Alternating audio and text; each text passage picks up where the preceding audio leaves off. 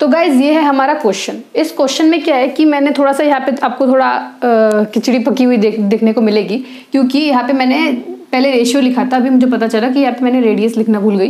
तो आपको क्या करना है, यहाँ पे कैलकुलेट करना है। मैंने आपको जो 4-5 फॉर्मूलेज आपको इसके जस्ट पहले वाले नोट्स में आपको बता के दिया था, उस नोट्स का इस्तेमाल करके।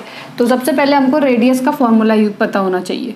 रेडियस का फॉर्मूला क्या होता है, 0.529 क्या 0.529 n square by z angstrom. ये हर किसी को पता होना चाहिए। और आर एन का मतलब ये, और एन मैंने क्या बोला था, ऑर्बिट नंबर। और आपको बताया कि थर्ड बोर ऑर्बिट मतलब तीसरा वाला ऑर्बिट मतलब 0.529, ये थर्ड बोर ऑर्बिट मतलब एन की वैल्यू क्या हो जाएगी 3, और ये किसकी है R3 की, हाँ, अपॉन z क्या हो जाएगा, एटॉमिक नंबर। ये बात याद रखना, एटॉमिक नंबर मतलब z। अब एटॉमिक नंबर क्या है, बेरिलियम किस में आता है, देखो ये बेरिलियम है और इसमें इलेक्ट्रॉन्स कितने हैं, एक ही है। अगर आप इसके इलेक्ट्रॉन्स को काउंट करेंगे ना, बेरिलियम आता है 4th नंबर में इलेक्ट्रॉनिक कन्फिग्रेशन में, बट उसका जो नंबर ऑफ इलेक्ट्रॉन है वो है 1। क्यों, क्योंकि 4 में से 3 इलेक्ट्रॉन्स ले लिए गए हैं। बट हमको इसका एटॉमिक नंबर पूछा गया है, हमको इसमें नंबर ऑफ इलेक्ट्रॉन्स नहीं पूछा गया है। तो हमको Z में इसमें क्या लिखना है, 4, क्योंकि ये बेरिलियम का एटॉमिक नंबर है। अच्छा, डिवाइडेड बाय क्या, लिथियम का आयन। तो यहाँ पे सेम वही लिखो। और कौन सा ऑर्बिट, 5th ऑर्बिट मतलब ये, आई एम सॉरी कि मैंने यहाँ पे ये लिख दिया 3, तो यहाँ पे ये करो। और लिथियम, हाइड्रोजन, हीलियम, लिथियम तीसरे नंबर पे आता है, तो 3। अगर आप इसको सॉल्व करोगे तो आपको इसका आंसर मिल जाएगा। सॉल्व करने के बाद इसका आंसर आता है 27/100।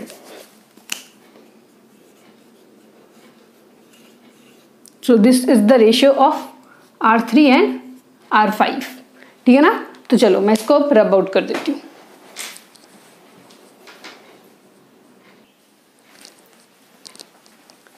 तो यहाँ पे अब हमको कैलकुलेट करना है काइनेटिक एनर्जी, पोटेंशियल एनर्जी और टोटल एनर्जी किसका, first excited state of hydrogen atom का। देखो अब तक मैंने आपको क्या बताया, अगर किसी को सॉल्व करना भी है मेरे से पहले तो एटलीस्ट इस हिंट का इस्तेमाल करके देखो। काइनेटिक एनर्जी, जिस अगर तुम लोगों ने नहीं देखा, मेरा स्किप कर दिया होगा, तो इनका रिलेशन होता है 1:-2:-1। अगर इसका इस्तेमाल करके तुम कर सकते हो तो इट्स वेरी गुड देन, ठीक है ना। तो चलो अब मैं आपको सॉल्व करके बताती हूँ। पहले तो हमको पता होना चाहिए कि एक्साइटेड स्टेट किसको बोलते हैं। पहले तो ग्राउंड स्टेट का मतलब समझो। ग्राउंड स्टेट मतलब एक ऐसा स्टेट जो कि एक इलेक्ट्रॉन का जो फर्स्ट स्टेट होता है, जब कोई इलेक्ट्रॉन फर्स्ट ऑर्बिट में होता है तब उसको ग्राउंड स्टेट कहते हैं। पर जब उसमें एक एनर्जी आती है या बाहर से कोई फोटोन आता है तो क्या होता है, तो एनर्जी मिल जाती है इलेक्ट्रॉन को, और उस एनर्जी को लेके वो बहुत ज़्यादा एक्साइटेड होता है और वो वहाँ से कूदने की कोशिश करता है। तो उस स्टेट को क्या बोलते हैं, एक्साइटेड स्टेट, ठीक है ना। तो ग्राउंड स्टेट मतलब n=1 और एक्साइटेड स्टेट मतलब,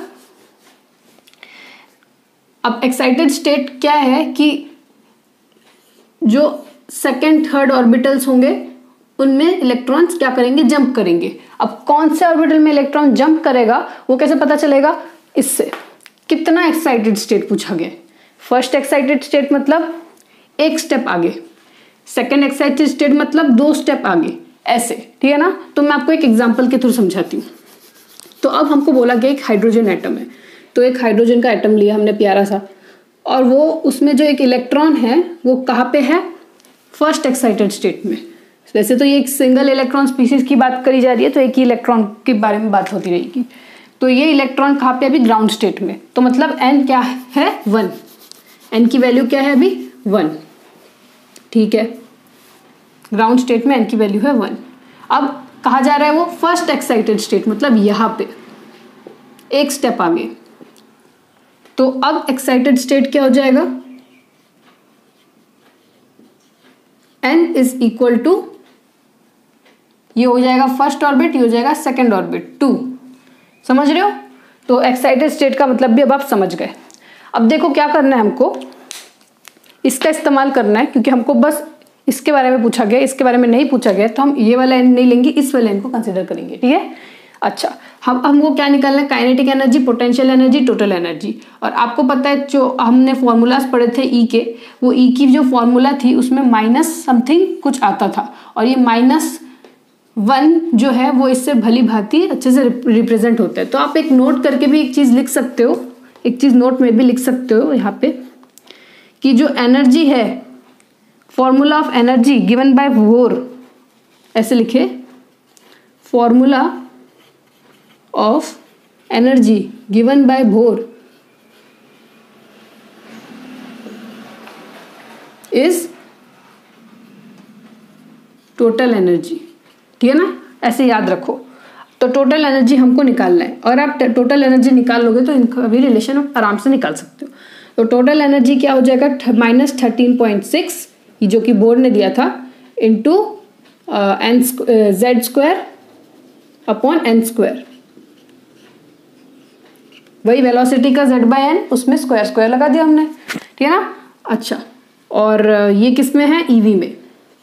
ये भी याद रखना है ना, नहीं तो बच्चे इसमें जूल लगा के कुछ भी कर देंगे, है ना।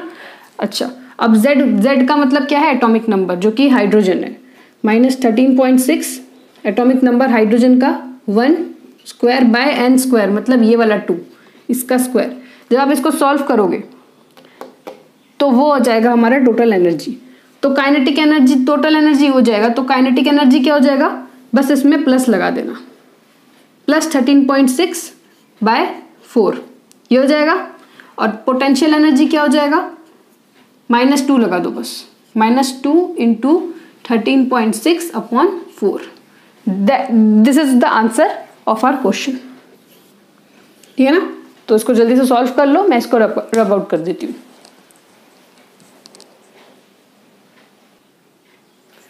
तो चलो अब हम पढ़ेंगे, अब तक हमने नोट्स ई पढ़ा, अब हम पढ़ेंगे नोट्स ई के 2 या 3 पार्ट अब हमको पढ़ने पड़ेंगे। तो आप यहाँ पे हेडिंग लगाइए, नोट्स E1। ठीक है ना। यहाँ इसका टॉपिक होगा, हेडिंग होगा इसका, हाइड्रोजन स्पेक्ट्रम। अच्छा, आप मुझे पहले ये बताएं कि स्पेक्ट्रम का मतलब क्या होता है? स्पेक्ट्रम वर्ड कहाँ से आता है? जब कोई लाइट प्रिज्म से टकरा के जाती है, प्रिज्म से जब पास होती है, तब वो क्या होती है? स्प्लिट हो जाती है ना। जब कोई व्हाइट लाइट प्रिज्म से टकराती है तो 6 टुकड़ों में स्प्लिट हो जाती है और वो बाहर निकल के आती है। और यही 6 लाइंस आगे चल के क्या कहलाती है? स्पेक्ट्रम। भले ही इसका स्पेक्ट्रम विबग्योर हो, हमको इससे कुछ लेना देना नहीं है, हमको बस यही समझना है विबग्योर, ठीक है ना, जो भी है इसका स्पेलिंग, इसका मतलब जो है हमको यही समझना है इससे कि स्पेक्ट्रम का मतलब क्या है। ठीक है ना, इतना आपको बस समझ में आना चाहिए, इसलिए मैंने ये थ्योरी समझाई आपको। अब हम समझेंगे कि हाइड्रोजन स्पेक्ट्रम में ऐसे कौन 6 सीरीज है जो आपके बुक में गिवन है। मतलब इस बुक में हम हाइड्रोजन का, जो हाइड्रोजन एटम है उसके अंदर कितने स्पेक्ट्रम है जो बोर ने डिस्कवर किए, उसके बारे में हम बात करेंगे। सो यहाँ पे डालिए, लिखिए, there are 6 series of spectrum in hydrogen atom. अच्छा चलो अब उनके बारे में बात करते हैं। तो जो पहला सीरीज है उसका नाम क्या है? उसका नाम क्या है? Lyman. Second Balmer, third Paschen,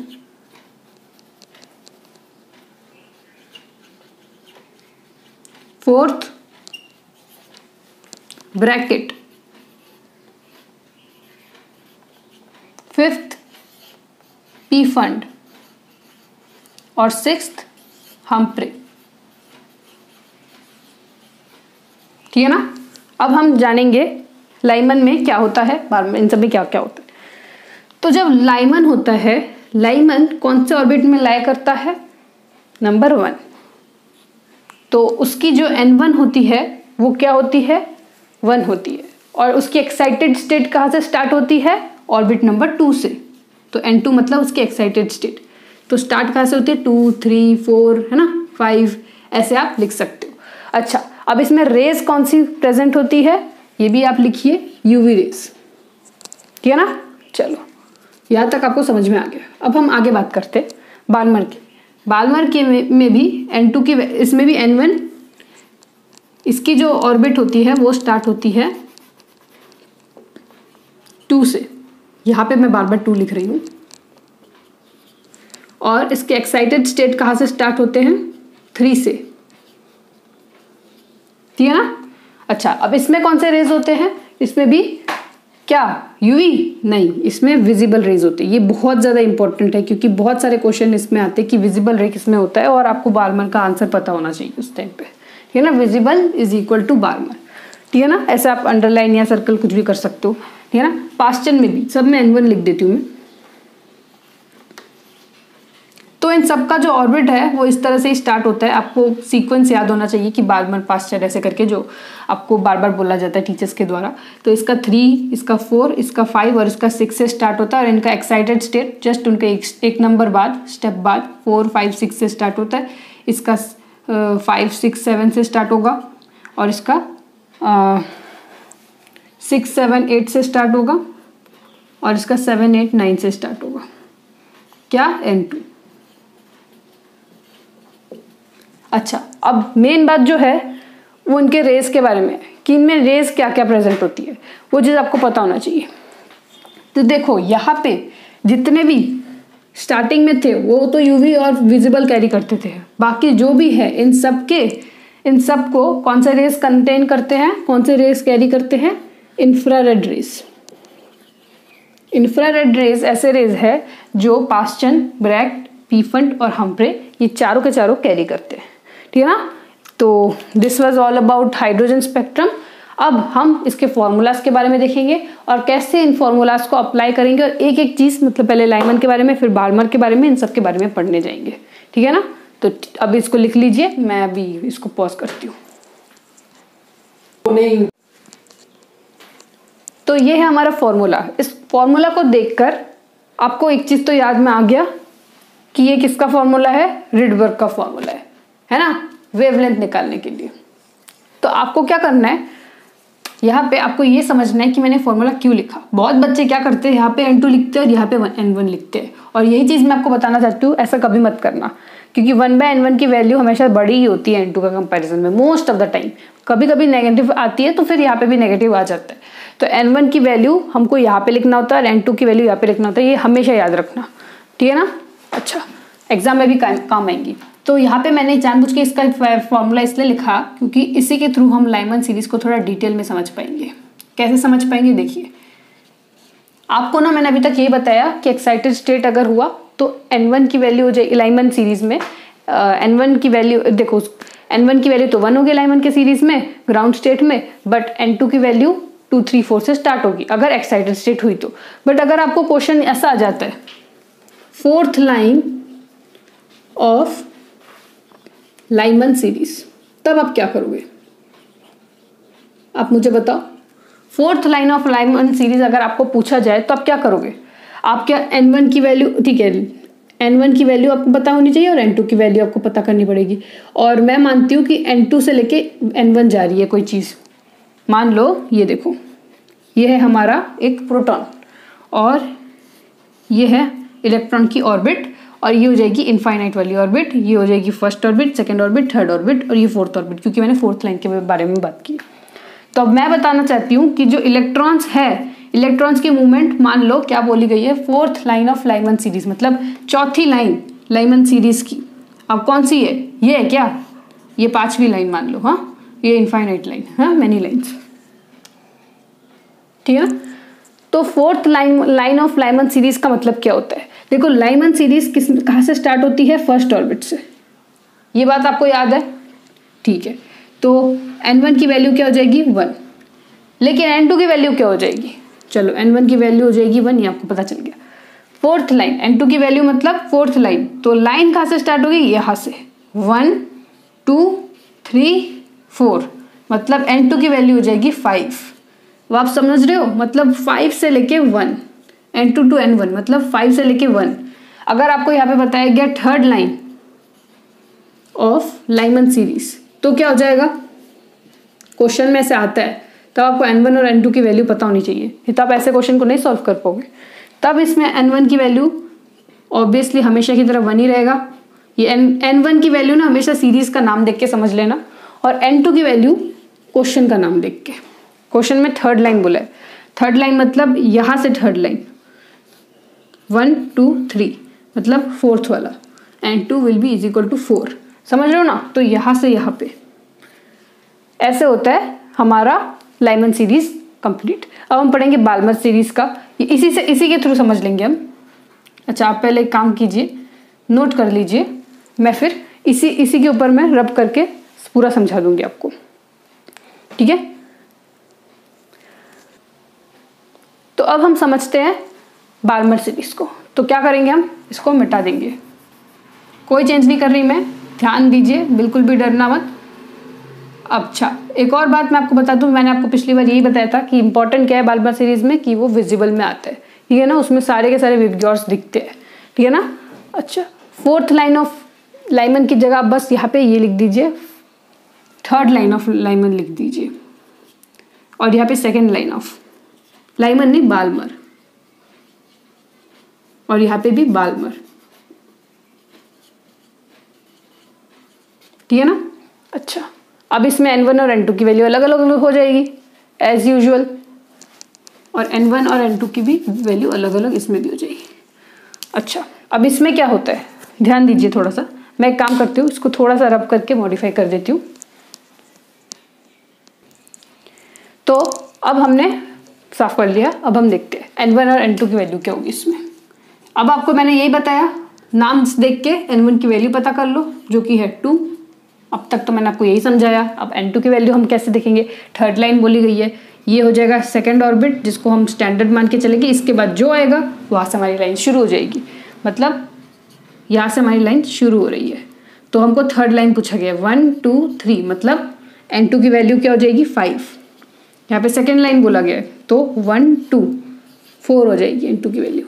I hope आपको मेरी बात समझ में आ गई, ठीक है? इतनी तो आपको समझ में आ गई कि आपको N1 और N2 की वैल्यू कैसे पुट करनी है। आपको बहुत बार क्वेश्चन में वेवलेंथ पूछने को आ सकता है, तब ये चीज़ काम में आएगी। अब क्या है, R की वैल्यू क्या है, ये बहुत इंपॉर्टेंट है। बहुत बच्चों को पूरा फॉर्मूला वगैरह सब कुछ आता है, बट वो लोग R वाले क्वेश्चन में भूल जाते हो। मैं इनफैक्ट खुद कॉलेज में भूल गई थी अपने क्वेश्चन को सॉल्व करते वक्त, ठीक है ना? तो R की वैल्यू समझ ले, R को क्या बोलते हैं, रिडबर्ग कांस्टेंट, ठीक है ना? अच्छा, R की वैल्यू 2 होती है, एक ये वाली R की वैल्यू और एक होती है 1/R की वैल्यू। बहुत बार क्या होता है, जब आपको ये लैम्डा निकालना होता है वेवलेंथ, तब आपको 1/R की भी जरूरत पड़ती है और कभी कभी आपको R की भी जरूरत पड़ती है। तब उस केस में आपको इन दोनों की वैल्यू पता होनी चाहिए। इसको आपको याद करवाने के लिए आप एक काम कीजिए, 1 2 3 4 5 6 7 8 9 10, ये तो आपको पता है ना, इसको जस्ट उल्टा काउंट कर दीजिए। क्या काउंट करना है आपको, 10 9 8 7 6, ये तो आता है ना आपको काउंट करना। ज्यादा दूर कर दिया मैंने, बट यही है इसका फॉर्मूला, ठीक है ना? ये है इसका क्या वैल्यू, इन मीटर या इन centimetre, in centimetre. I hope आपको मेरी बात समझ में आ रही होगी, ठीक है? अब हम बात करेंगे 1/R की। इसकी वैल्यू क्या होती है, इसकी वैल्यू आप 912 भी लिख सकते हो या 911 भी लिख सकते हो, बस उसके पीछे एक एंगस्ट्रॉम लगा देना। आई होप आपको मेरी बात समझ में आ गई। तो रिडबर्ग कांस्टेंट यहाँ तक ही सीमित है, इसके आगे हम आगे की बात करेंगे। तो अब तक तो हमने ये समझ लिया, लेकिन अब तक किसी ने ये क्वेश्चन कभी सोचा है कि इनको क्या बोलते हैं? सिंपल है, अगर ये स्पेक्ट्रम है तो इसको क्या बोलेंगे, स्पेक्ट्रल लाइंस, ठीक है ना? तो हमको क्वेश्चन में बहुत बार ऐसा भी पूछा जाता है। ये सब चीजें आपको याद होना चाहिए, क्योंकि आपको क्वेश्चंस में ऐसे क्वेश्चंस आते हैं, तब मैं जब क्वेश्चन सॉल्व करूंगा ना, तब ऐसे क्वेश्चंस आपको पूछे जाएंगे। तो आपको ऐसे क्वेश्चन भी पूछे जाएंगे, find total number of spectral lines. तो आपको कौन सा फॉर्मूला आपके दिमाग में चिपक जाना चाहिए? तो फॉर्मूला देखिए क्या है, स्पेक्ट्रल लाइन निकालने का फॉर्मूला है n2 minus n1 multiply by n2 minus n1 plus 1 by 2। ये है total number of spectral lines निकालने का फॉर्मूला। अब इसी फॉर्मूला का इस्तेमाल करेंगे और 2-3 क्वेश्चंस हम सॉल्व करेंगे, ठीक है ना। सारे के सारे बच्चे 2-3 क्वेश्चन खुद से सॉल्व करेंगे इस वीडियो को पॉज करके। तो 1-2 क्वेश्चन मैं आपको प्रूफ भी दिखाऊंगी कि कैसे निकालना है total number of spectral lines. देखो ये एक स्पेक्ट्रल लाइन है और इसमें मैंने इतने सारे स्पेक्ट्रल लाइन बनाए जो किसमें आके गिर रहे हैं, 1 पे आके गिर रहे हैं। तो 1 2 कहाँ से आके गिर रहे हैं, 1 पे आके गिर रहे हैं। कहाँ से, यहाँ से भी आ सकते हैं, यहाँ से भी आ सकते हैं, यहाँ से भी आ सकते हैं, यहाँ से भी आ सकते हैं, ठीक है ना। तो total number of spectral line मान लो अगर हम फॉर एग्जांपल 10 से लेके 2 का निकालें, आपको ऐसे बोला जा सकता है कि अगर कोई इलेक्ट्रॉन 10 से लेके उसने एनर्जी रिलीज कर दी और वो एक्साइट हो गया, एक्साइट नहीं हुआ, वो डी एक्साइट हो गया, मतलब वो 10 ऑर्बिट से लेके सेकेंड ऑर्बिट में जा चुका है, मतलब कहाँ गया, यहाँ पे गया। या फिर वो सेकेंड ऑर्बिट की जगह बार्मर वाला वर्ड भी इस्तेमाल कर सकता है। और आपको पता है कि ऐसे वर्ड्स n1 के लिए ही सूट करते हैं और ये 10 n2 के लिए सूट करता है, समझ रहे हो। तो अब इस क्वेश्चन को सॉल्व करो और मुझे बता के दो कि total number of spectral lines क्या है इसमें। ऐसे क्वेश्चन में आपको पता होना चाहिए n2 मतलब 10 माइनस n1, ऐसे करके सॉल्व करो। 10 माइनस 2 प्लस 1 डिवाइडेड बाई 2, इसका आंसर आ जाएगा 8 मल्टीप्लाई बाय 7 बाय 2 और इसका आंसर आ जाएगा 28। तो मैं इसको चेक कर लेती हूँ और देखते हैं कि इसका आंसर आपके साथ मिलता है कि नहीं। एक मिनट, मुझे लगता है कि मैंने कुछ गलत कर दिया। 8 + 1 9 होता है, आई एम सॉरी, मैंने 7 लिख दिया। 36, तो इसका आंसर 36 ही है। तो चलो इसको आप सॉल्व करो और मैं तब तक इसको रब आउट कर देती हूँ। तो अब हम पढ़ेंगे डुअल नेचर ऑफ मैटर। और आपको पता है मैंने आपको पिछले वीडियो में भी ये शायद आपको एक बार पढ़ाया था, डी फॉर डुअल नेचर और डी फॉर डी ब्रोगली। तो डुअल और डी ब्रोगली दोनों भाई भाई है। तो डुअल नेचर ऑफ मैटर किसने प्रपोज किया, डी ब्रोगली ने। तो डी ब्रोगली ने क्या बोला उस चीज को लिखते हैं कि डी ब्रोगली सजेस्टेड दैट, क्या सजेस्ट किया उसने, व्हेनेवर, जब भी the particle is in motion, particle motion में रहेगा तो क्या होगा, wave is associated with it. इसका मतलब कोई भी पार्टिकल जब भागेगा या मूव करेगा, मोशन में रहेगा, तो क्या होगा, उसमें वेव जो होगा, वेव नेचर उसमें एसोसिएट हो जाएगा। ठीक है, इतना आपको समझ में आ गया। तो इसका मतलब ये भी है कि अगर मैं भी भागूं तो मेरे साथ भी वेव नेचर एसोसिएट हो जाएगा। मतलब इस दुनिया में जितने भी पार्टिकल्स मूव करेंगे तो उनमें वेव एसोसिएटेड हो जाएगी। ये सुनने में जितना मतलब ऐसा लगता है माइंड खोलने वाली चीज़ या फिर बहुत ज़्यादा हैरान हो जाने वाली चीज़, ये तो आपने पहले भी पढ़ा है, बट ऐसे हैरान हो जाने वाली चीज़ जो थी, जो डी ब्रोगली ने प्रपोज की, तो इसमें हमें वेव्स दिखते क्यों नहीं है। जब हम भागते हैं तो हमें वेव्स क्यों नहीं दिखते, क्योंकि जब हम इस अपने मास को जब आप कैलकुलेट करोगे ना, तो आपको मिलेगा कि हमारा मास, जितना ज़्यादा मास होता है उतना आपको कम वेव्स नेचर देखने को मिलती है। मतलब इतना कम होता है कि आप एक साधारण माइक्रोस्कोप के थ्रू भी नहीं देख सकते। अपने आईज की तो बात छोड़ ही दो आप, ठीक है। अब आप एक काम कीजिए, और वो इलेक्ट्रॉन एक ऐसा पार्टिकल है जिसका आप वेव नेचर एक्चुअल में देख सकते हो, क्योंकि उसकी मास बहुत ही ज़्यादा छोटी होती है, माइनस में होती है। तो अब आप इसमें क्या करो, इसके क्या करो, फॉर्मूलाज लिखती हूँ आपको मैं। 3 फॉर्मूलाज लिखवाती हूँ। पहला फॉर्मूला है, अच्छा सबसे पहले वेवलेंथ कैसे निकालना है। वेवलेंथ इज इक्वल टू, आपके पास एक लैपटॉप है क्या आप इस वीडियो को लैपटॉप में देख रहे हो, कंप्यूटर में या फोन में। HP के लैपटॉप में एक बार ट्राई करना देखने के लिए। Lambda is equal to h/p, ठीक है ना। P को हम मोमेंटम बोलते हैं और मोमेंटम को हम mv भी बोलते हैं। तो ये भी दूसरा फॉर्मूला हो जाएगा। अच्छा, अब तीसरा फॉर्मूला लैम्डा निकालने का, h बाय, अगर आपको मास दिया जाए तो आपको ये वाला फॉर्मूला यूज़ करना है, और वेलोसिटी दिया जाए, है ना, मास वेलोसिटी अगर दिया जाए तो आपको ये वाला फॉर्मूला यूज़ करना है, अगर मोमेंटम दिया जाए तो ये वाला, और अगर आपको काइनेटिक एनर्जी दी जाए तो आपको ये वाला मास के साथ साथ। वेलोसिटी अगर दिया जाए मास के साथ साथ तो ये वाला, अगर मास के साथ साथ एनर्जी दी जाए तो आपको ये वाला इस्तेमाल करना है, वो भी काइनेटिक एनर्जी अगर दी जाए तो। आई होप आपको मेरी बात समझ में आ गई। तो आप एक काम करो, इसको नोट डाउन करो और मैं फिर आपको दो या एक प्रॉपर क्वेश्चन आपको सॉल्व करवाऊंगी। तो ये है हमारा क्वेश्चन। अब इस क्वेश्चन को सॉल्व करेंगे। पहले तो आप देखिए क्वेश्चन में क्या पूछा जा रहा है। Ratio of wavelength. अब आपको वेवलेंथ के फॉर्मूलाज बताए, किसके, अल्फा पार्टिकल का से लेके फोटोन तक। मतलब वेवलेंथ ऑफ अल्फा पार्टिकल का रेशियो किसके साथ चाहिए, प्रोटॉन का, ठीक है ना। काइनेटिक एनर्जी गिवन है तो काइनेटिक एनर्जी वाला हमको वेवलेंथ जो मैंने यहाँ पे लिखा था, ठीक, वो वाला इस्तेमाल करना है। तो आप ऐसे लिख दीजिए और इसमें फॉर्मूला लिख दीजिए, h by root 2m ke, और इसमें भी ये अल्फा पार्टिकल का, और यहाँ पे भी h की वैल्यू हमेशा सेम ही होती है क्योंकि h क्या होता है, कांस्टेंट होता है।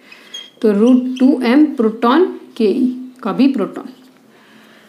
अब क्वेश्चन में तो काइनेटिक एनर्जी का रेशियो दिया हुआ है और मास तो आपको पता नहीं अल्फा पार्टिकल का क्या होता है, तो ये चीज़ भी आपको याद होना चाहिए। h तो सेम होता है, वो दोनों तो वैसे भी कट जाएंगे।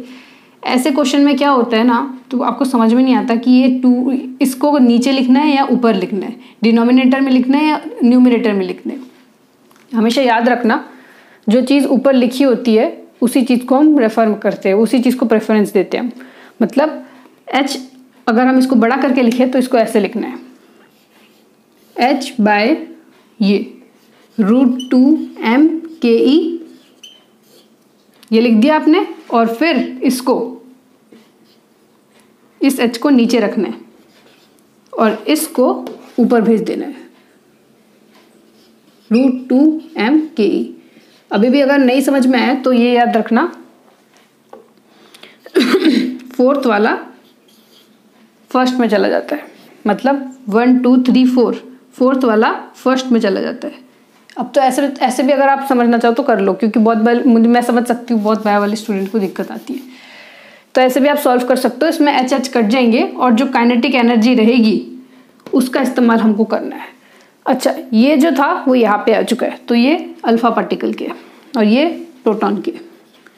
तो अब मुद्दा ये है कि मास ऑफ अल्फा पार्टिकल क्या होता है।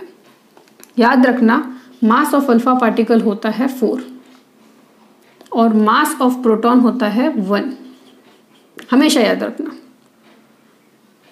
तो क्या लिखोगे यहाँ पे आप, रूट टू तो वैसे भी कट जाएंगे, तो आप इसको ऐसे सॉल्व कर लीजिए, mass of alpha particle upon mass of क्या, प्रोटॉन, नहीं proton upon mass of alpha particle, है ना।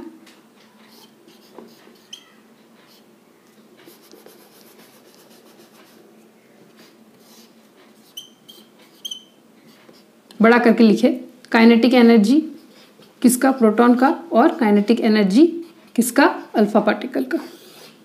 अगर आप इसको आगे सॉल्व करने जाओगे तो ये 2 तो कट ही जाएगा, और मास ऑफ प्रोटॉन अभी आपको बताया मैंने 1 होता है और अल्फा पार्टिकल 4 होता है। काइनेटिक एनर्जी का आपको बताया गया है 1:4 है। देखो 1:4 किसका है, आपको ये भी पता होना चाहिए, ये रेशियो किसका है, ये रेशियो किसका है, ये रेशियो है इसका, और 2 मतलब फोटोन, मतलब इसका रेशियो ये है। तो अल्फा पार्टिकल यहाँ पे है, अल्फा पार्टिकल का रेशियो 1 है, मतलब ये वाला 1 यहाँ पे आएगा, और प्रोटॉन का जो रेशियो है वो 4 है, वो यहाँ पे आएगा, और आगे चल के ये भी कट के 1 आंसर देगा। तो इतना कुछ सॉल्व करने के बाद हमारा आंसर आता है 1। 1:1। तो इसका जो आंसर है वो क्या है, 1:1। तो चलो इतना नोट कर लो, मैं अभी इसको रब आउट कर देती हूँ।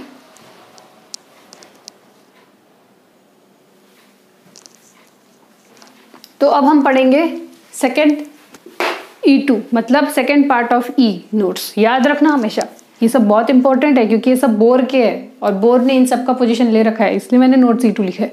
अच्छा, टॉपिक का नाम है हाइजेनबर्ग अनसर्टेनिटी प्रिंसिपल। इसने क्या बोला, लिखिए, it is impossible to determine. इसने तो पहले ही इम्पॉसिबल वर्ड का इस्तेमाल कर दिया। It is very impossible to determine क्या, द पोजीशन एंड मोमेंटम। आपको मोमेंटम से एक चीज बताऊंगी, हमेशा याद रखना। देखो, ये है अनसर्टेनिटी प्रिंसिपल, ये है मोमेंटम और ये है पोजीशन, ठीक है ना। इसको डिटरमाइन करना इम्पॉसिबल है। किसके around, around the nucleus.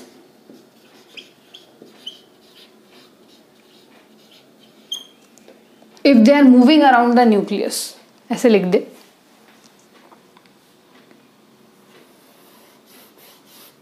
Of an electron, if they are moving around the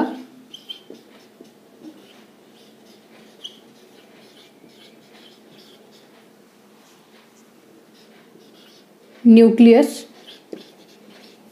simultaneously। इसका मतलब क्या है, ध्यान दीजिए, इसका मतलब बहुत ही ज़्यादा इम्पोर्टेंट है। देखिए, यहाँ पे बताया है कि अगर कोई electron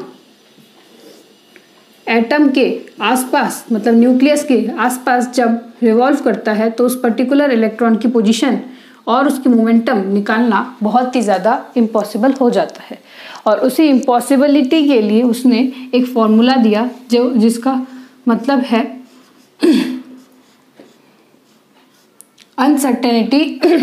uncertainty in position multiplied by uncertainty in momentum will be greater than or equal to h/4π। ठीक है ना, ये जो चीज़ थी ये इसकी फॉर्मूला थी। पर बहुत सारे मेरे बायोलॉजी वाले फ्रेंड्स, या मान लो सारे ही फ्रेंड्स मान लो, वो क्या करते हैं, उनको समझ में नहीं आता कि 4π कहाँ पे लगाना चाहिए और 2π कहाँ पे लगाना चाहिए।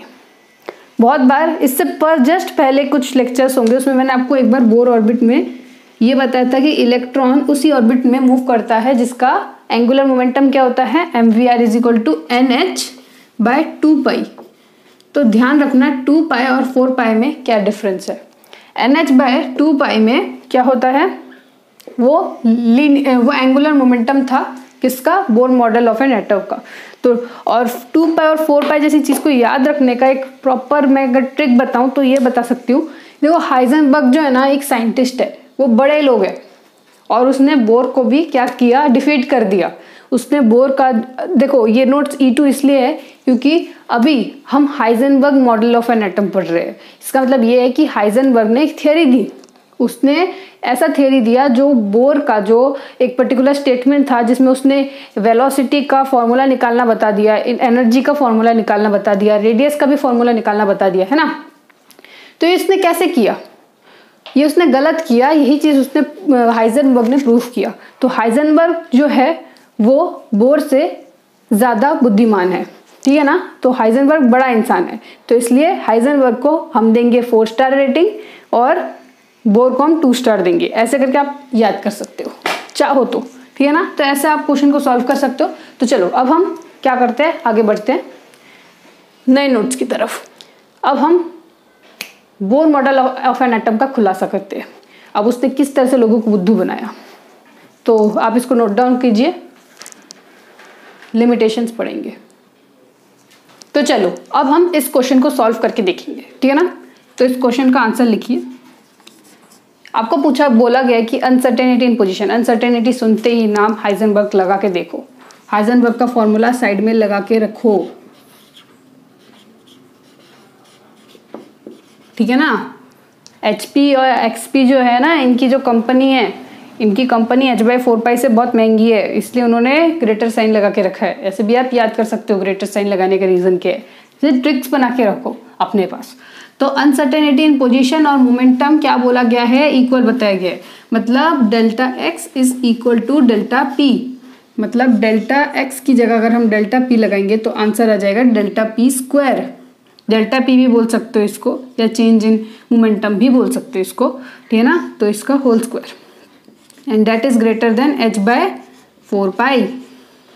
और अगर आप इसमें चेंज इन मोमेंटम निकालने की कोशिश करो तो वो आ जाएगा √h/4π। इतना आपको पता चल गया। और आपको इसको ये कंसीडर करते हुए चलना है कि ये इक्वल है, ठीक है ना, क्योंकि अभी आप ग्रेटर देन निकालने जाओगे ना तो आपको वेलोसिटी निकालने में दिक्कत आएगी, तो आपको एटलीस्ट इसको इक्वल टू मान के चलना पड़ेगा। अब आपको बताया गया कि फाइंड अनसर्टेनिटी इन वेलोसिटी। आपके पास डेल्टा p है ना, आपके पास डेल्टा p है और आपको v निकालना है। ये आपको गिवन है क्वेश्चन में नहीं, आपने आंसर के थ्रू निकाल दिया, गिवन हो गया अब आपके पास, और आपको डेल्टा v निकालनी है। तो क्या आप नहीं निकाल सकते? ये कितना सिंपल है। अब तो आपको ये भी पता है कि डेल्टा p की वैल्यू होती है m डेल्टा v। मोमेंटम में ये फॉर्मूला लगा के आराम से निकाल सकते हो आप। तो आप इस फॉर्मूला को डालो और डेल्टा v की वैल्यू निकालो। Delta v will be equal to delta p by m, और डेल्टा p की वैल्यू आपने अभी निकाला √h/m/4π या 4πm, जो भी आप निकालना चाहो। ये हो जाएगा हमारा डेल्टा v की वैल्यू। तो चलो आप इसको नोट डाउन कीजिए, मैं इसको रब आउट करके लिमिटेशन ऑफ बोर मॉडल करवाती हूँ उसके बाद वाले लेक्चर में। तो अब हम लोग बात करने जा रहे हैं लिमिटेशन ऑफ बोर मॉडल। अब तक हमने पूरी की पूरी जो सिनेमा देखी, जिसमें हमने इतने सारे एपिसोड्स देखे, हाँ, तो उसमें अब हमने एंडिंग करनी है इस सिनेमा की, ठीक है ना, इस मूवी की।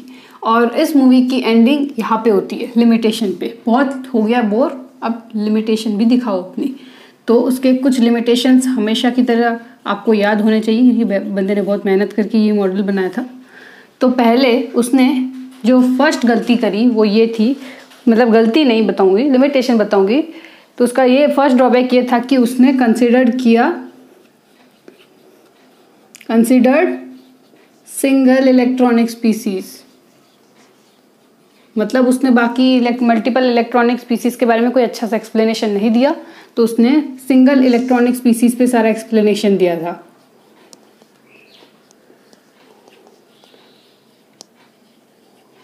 ठीक है ना। तो यहाँ पे भी ऐसे भी लिख सकते हो, या फिर आप यहाँ पे ऐसे भी लिख सकते हो, applicable for single electronic species, ठीक है ना, आप ऐसे भी लिख सकते हो। सेकेंड, ही कुडंट एक्सप्लेन, उसने अच्छा प्रॉपर एक्सप्लेनेशन नहीं दिया किस चीज का, he couldn't explain the quantization of angular momentum। Angular momentum के क्वांटाइजेशन को उसने अच्छे से एक्सप्लेन नहीं किया, ठीक है ना। और उसने क्या क्या गलती की, अब देखो, अब बाकी जो उसने गलती की ना वो आप खुद भी जानते हो। सच बोलूं, अब आपने जो इस मूवी में जो दो हीरोज को देखे थे, एक तो था डी ब्रॉगली और डी फॉर डुअल नेचर वाला हीरो, और दूसरा जो था वो था हप, मतलब हाइजेनबर्ग अनसर्टेनिटी प्रिंसिपल। ये दोनों बड़े बड़े जो हीरोज आए, विलन आए, आप किसी कुछ भी मान सकते हो, इसके तो विलन ही होंगे वो। तो उनकी बात अगर हम करेंगे तो he couldn't explain that also, he couldn't explain Heisenberg uncertainty principle and de Broglie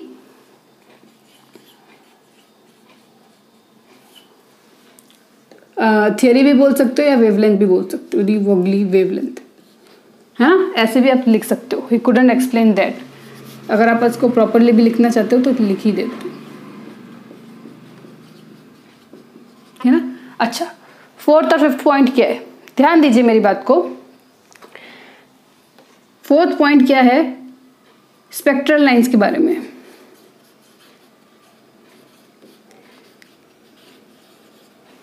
spectral lines दो तरह के होते हैं, जो कि हम एक 4th पॉइंट में पढ़ेंगे, एक 5th पॉइंट में पढ़ेंगे। तो यहाँ पे 4th, यहाँ पे 5th। कौन कौन से टाइप के स्पेक्ट्रल लाइन होते हैं? एक होते हैं magnetic spectral lines, spectral lines को मैं SL से रिप्रेजेंट कर रही हूँ। एक होते हैं मैग्नेटिक वाला और दूसरा होता है इलेक्ट्रिक वाला। तो क्या होता है जब स्पेक्ट्रल लाइन, जो मैंने आपको इससे पहले भी आपको बता के दिखाया था, अभी आपको रिप्रेजेंटेशन के थ्रू, तो जो आ रहा था ऊपर से लाइंस, तो उसको मैंने क्या बोलता है? स्पेक्ट्रल लाइंस बोला था। तो यही स्पेक्ट्रल लाइंस जब मैग्नेटिक फील्ड में आता है ना, मैग्नेटिक फील्ड में जब आता है तो वो एक इफेक्ट क्रिएट करता है। वो क्या होता है? स्प्लिट हो जाता है। जब वो मैग्नेटिक फील्ड के इफेक्ट में आता है देन इट गेट्स स्प्लिट्स, ठीक है ना। तो उस पर्टिकुलर इफेक्ट को क्या बोलते हैं? ज़ीमन effect.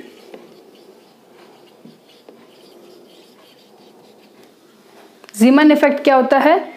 In the presence of spectral lines, ऐसे आप लिखे, spectral lines split in the presence of magnetic field called as Zeeman effect, ऐसे आप लिख सकते हैं। और इलेक्ट्रिक फील्ड के केस में इस सेम चीज को क्या बोलते हैं? अगर यहाँ पे अगर आप इलेक्ट्रिक फील्ड लिखे तो आप इसको बोलते हैं स्टार्क इफेक्ट। इसको याद करने का एक अच्छा सा तरीका बताती हूँ मैं आपको। देखो, स्टार्क जो था, माइकल स्टार्क एक बहुत अच्छा बॉलर है, आपको भी पता है। तो माइकल स्टार्क इलेक्ट्रिक की तरह चमकता है लोगों के दिलों में, क्योंकि वो एक क्रिकेटर है। तो इलेक्ट्रिक फील्ड में स्टार्क इफेक्ट आप ऐसे याद कर सकते हो, और मैग्नेटिक वाला तो लास्ट में ज़ीमन ही पकड़ लेगा। तो ये हो जाएगा हमारा लिमिटेशन बोर मॉडल का। आगे देखते हैं हम नोट्स F की तरफ। तो अब हम पढ़ेंगे wave model of an atom. नाम से पता चल रहा है एक ऐसा मॉडल पढ़ेंगे जिसमें हम एक वेव बनाएंगे। सिंपल, बहुत अच्छा है ये मॉडल, क्योंकि इस मॉडल में एक नए विलन की एंट्री होती है, वो हीरो बनना चाहता है। ठीक उसी पिक्चर की तरह जैसे कि हमने पढ़ा था गैंग्स ऑफ वासेपुर में, एक के बाद एक हीरो आ रहा था, एक के बाद एक हीरो आ रहा था, है ना। तो ये एक और हीरो आया, इस हीरो का नाम था श्रोडिंगर। यही है, बस आर लगाना भूल गई थी। तो श्रोडिंगर ने क्या किया? श्रोडिंगर ने wave nature model of an atom बोला। उसने क्या बोला? उसने इतनी डी ब्रॉगली की पढ़ाई कर ली थी कि अब उसको सारी जगह वेव्स ही दिखने लग गई थी। अब उसने डी ब्रॉगली का वेवलेंथ देखकर ये गैस कर लिया कि जो इलेक्ट्रॉन है ना, वो पार्टिकल वाइज में नहीं गिरता, वो वेव वाइज गिरता है, ठीक है ना। तो उसकी जो मूवमेंट होती है वेव में, ठीक इस तरह से होती है। देखो, ये मैंने क्या बनाया? एक वेव मॉडल बनाया। एक वेव इसी तरह का मॉडल बनाता है ना। तो इलेक्ट्रॉन, उसने बोला कि ये जो इमोशन हो रही है ना, ये इलेक्ट्रॉन कर रहा है, और जब कोई पार्टिकल मोशन करता है तब वो वेव के फॉर्म में होता है, ये डी ब्रॉगली ने बोला। और उसी का इस्तेमाल करके उसने, श्रोडिंगर ने इलेक्ट्रॉन की मोशन बता दी जो कि वेव फॉर्म में होती है। और यही इस वेव फंक्शन को उसने क्या बोला? इस वेव फंक्शन की थोड़ी सी पढ़ाई करके उसने इसको फाई से रिप्रेजेंट कर दिया। और इस फाई का कोई फिजिकल सिग्निफिकेंस नहीं है। Phi has no physical, sorry phi नहीं, इसको साई बोलते हैं, PSI, साई, ठीक है ना। नो फिजिकल सिग्निफिकेंस, इसका कोई भी फिजिकल सिग्निफिकेंस नहीं होता, ठीक है ना। अच्छा, सेकंड पॉइंट क्या है? Phi square. लेकिन फाई स्क्वायर का सिग्निफिकेंस होता है, क्या सिग्निफिकेंस होता है? फाई स्क्वायर क्या करता है? फाई स्क्वायर इज यूज्ड, या फिर ऐसे भी लिख सकते हो, tells us the probability of finding the position of an electron.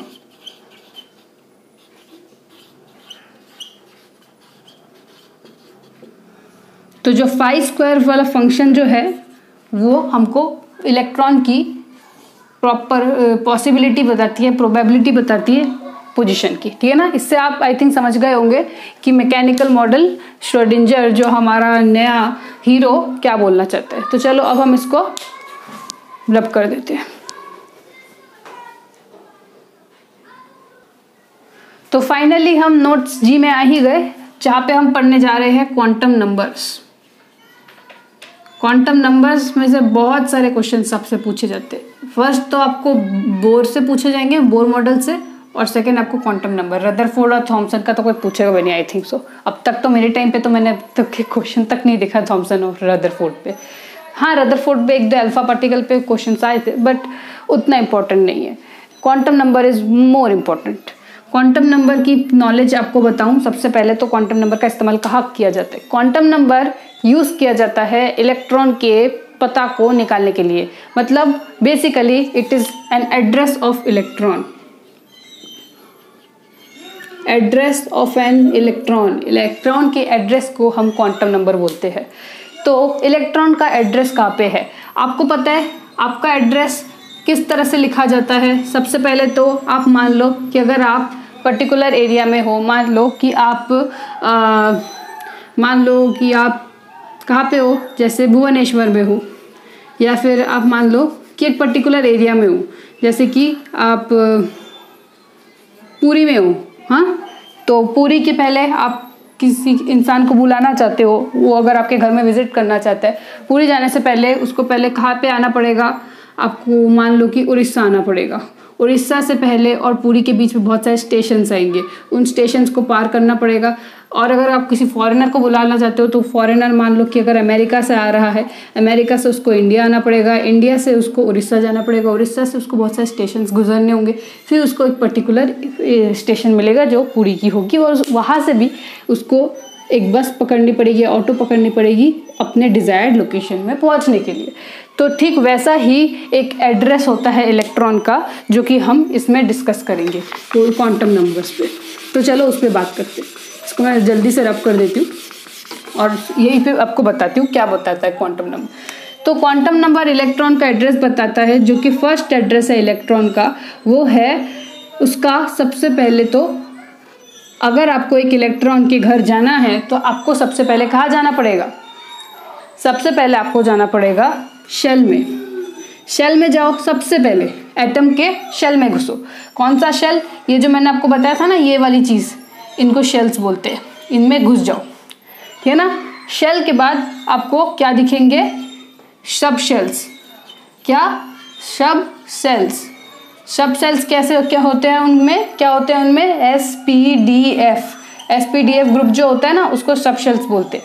उसके बाद आपको क्या दिखेंगे, उसके बाद आप जाओगे ऑर्बिटल्स में। क्या, ऑर्बिटल्स में।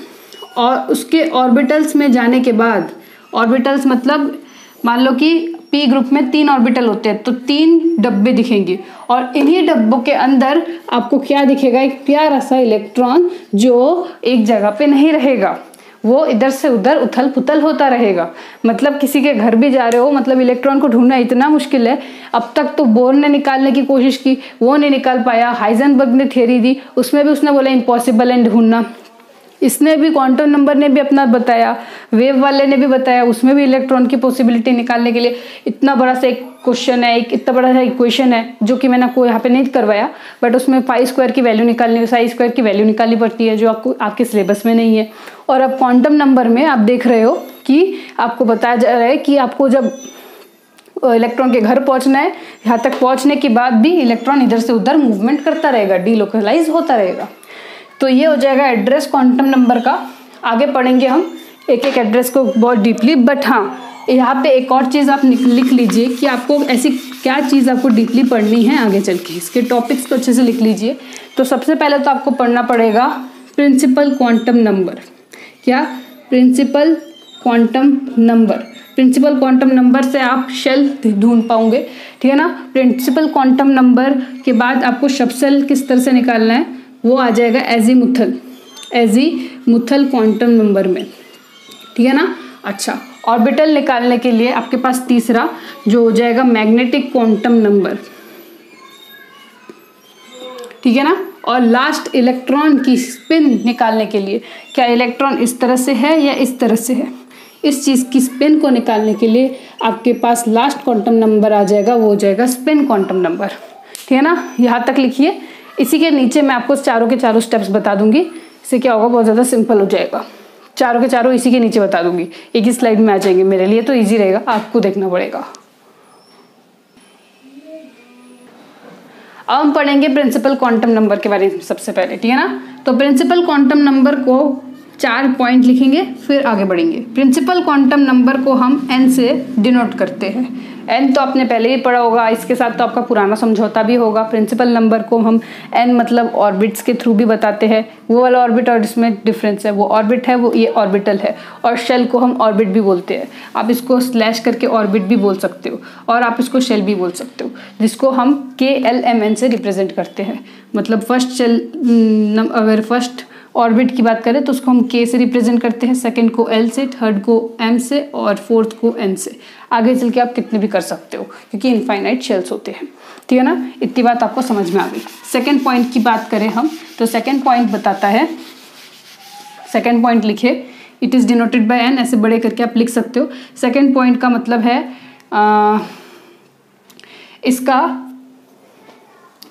इसको आप इस तरह से भी लिख सकते हो, इससे आप it is used to determine, देखो इसका इस्तेमाल कहाँ पे किया जाता है उसके बारे में बताया गया है प्रिंसिपल क्वांटम नंबर में। रेडियस, वेलोसिटी और एनर्जी ऑफ एन एटम, जो कि हमने बोर में पढ़ा था। रेडियस निकालना भी सीखा था, वेलोसिटी भी और एनर्जी भी। है ना, फॉलो तो हम बोर को ही करेंगे, चाहे कोई भी आके थ्योरी दे के चले जाए, क्योंकि बोर ने मेहनत भी की, उसने फॉर्मूला तक भी निकाला, और गवर्नमेंट भी चाहती है कि आप उसी को इस्तेमाल करके अपना डॉक्टर और इंजीनियरिंग का कोर्स ले ले। ठीक है ना, तो अब हम चलेंगे थर्ड पॉइंट में। थर्ड पॉइंट ये बताती है, आप इसको ऐसे लिख दीजिए, डिनोटेड बाय N, ये थोड़ा ज़्यादा अच्छा लगता है। तो तीसरी बात क्या है, it is used to find angular momentum, and angular momentum is equal to MVR is equal to NH by कौन सा वाला पाई। अब आप खुद बताएं। देखिए, एक पाई था, मेरा एक स्टूडेंट बैठा हुआ है मेरे पीछे, चलो उसी से पूछ लेते हैं कौन सा वाला पाई। बताओ स्टूडेंट, बताओ ना, बताओ। 4 पाई, जो कि है गलत आंसर, 2 पाई। अभी अभी मैंने, यही होता है जब आप ध्यान से सुनते नहीं हो। मेरा स्टूडेंट मेरे सामने बैठ के भी नहीं समझ पाया, तो आप थोड़ा ध्यान दीजिए। मैंने आपको बताया था, बोर महाराज ने बोला था 2 पाई, लेकिन बोर को काउंटरएक्ट किसने किया था, हाइजेनबर्ग। बोर से पंगा किसने लिया था, हाइजेनबर्ग। और हाइजेनबर्ग ने ही बोर के मॉडल को क्या किया, ड्रॉबैक में लाया। और तो हाइजेनबर्ग कौन हुआ ज्यादा श्रेष्ठ, तो हमने हाइजेनबर्ग को क्या बोला था कि वो है बॉस। तो मतलब वो उसको 4 स्टार और इसको 2 स्टार। ये चीज मेरा स्टूडेंट भूल गया, पर आप बिल्कुल ना भूले। ठीक है ना, चलो अब हम पढ़ेंगे अपना नेक्स्ट पार्ट। अगर आपको किसी भी शेल का मतलब ये जो शेल है इसमें कितने इलेक्ट्रॉन्स प्रेजेंट है, आपको फ्यूचर में ये चीज़ ज़रूर पूछा जा सकता है। एक पर्टिकुलर शेल में कितने total number of electrons present है, उसको निकालने का एक फॉर्मूला है, तो उसको जल्दी से लिख लीजिए। Maximum number of electrons present in a shell, एक शेल में मैक्सिमम नंबर ऑफ इलेक्ट्रॉन कितने प्रेजेंट होते हैं, 2n square. 2n square number of electrons present होते हैं। चलो आप इतना लिख लीजिए, फिर मैं इसको रब आउट कर देती हूँ।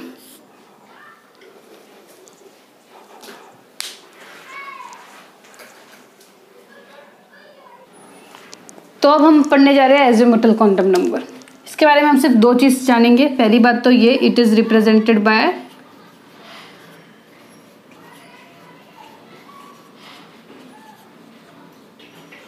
L. Second चीज, it can have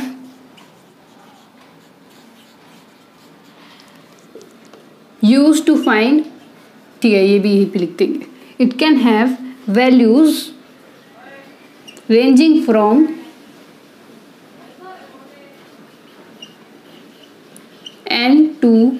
zero to n-1। इसका बारे में समझाऊंगी, तुम टेंशन मत लो। It is use to, use किसके लिए करते हैं, टू फाइंड, सबशेल तो आपको पता ही है, ये भी आप लिखोगे, and to find the shape of an orbital. Okay, एक ऑर्बिटल के शेप के लिए ये बहुत ही ज्यादा इंपॉर्टेंट है। तो अब हम क्या करेंगे, इसके बारे में समझेंगे कि मैं क्या बोलना चाहती हूँ, उसकी वैल्यूज रेंज करती है। तो हम क्या करते हैं, इसको मिटा देते हैं क्वांटम नंबर वाले कॉन्सेप्ट को, और ऊपर समझते हैं इसका मतलब क्या है। तो देखें यहाँ पे ध्यान से, अब हमने लिया क्वांटम नंबर में एल को, मतलब बताया गया कि अगर आपको एक शेल नंबर दिया है 2, लेट सपोज 2, हाँ, तो अगर आपको एल की वैल्यू निकालने के लिए कहे तो आपको कैसे निकालना है। अगर आपके पास n2 है तो आपको l कैसे निकालना है, मतलब आपको 0 से स्टार्ट करना है, 0 1 कहाँ तक, n-1 तक, 2-1 तक, मतलब 1 तक, मतलब इतना ही इसका रेंज है। समझ रहे हो ना आप मेरी बात। मान लो कि अगर आपको 5 का बताया गया तो आपको कैसे निकालना है, l इज इक्वल टू 0 1 2 कहाँ तक लेके जाना है, आपको अभी n5 दिया है, मतलब 4 तक लेके जाना है। जब तक 4 नहीं आ जाता तब तक इसकी रेंज चलती रहेगी, इसकी रेंज यहाँ से लेके यहाँ तक है। समझ रहे हो ना आप मेरी बात। तो यहाँ तक ये चीज बताई गई है। अच्छा, अब हम समझेंगे ये किस चीज के लिए इस्तेमाल किया जाता है, शेप ऑफ एन ऑर्बिटल के लिए। मान लो अगर L 0 है तो वो कौन से शेल में गिरेगा, S या P या D या F। अगर L 0 होता है तब वो S शेल में होता है। किस सब शेल में होता है, S सब शेल में होता है। ये जो सब शेल्स है ना, ये KLMN को रिप्रेजेंट करती है, और ये क्या रिप्रेजेंट करती है, सब शेल्स, किसको, SPDF को। ऐसे भी जरूरत पड़े तो लिख सकते हो आप। तो उसी चीज की बात कर रही हूं मैं, S सब शेल को L0 रिप्रेजेंट करता है ना। अच्छा, आगे बात करते हैं।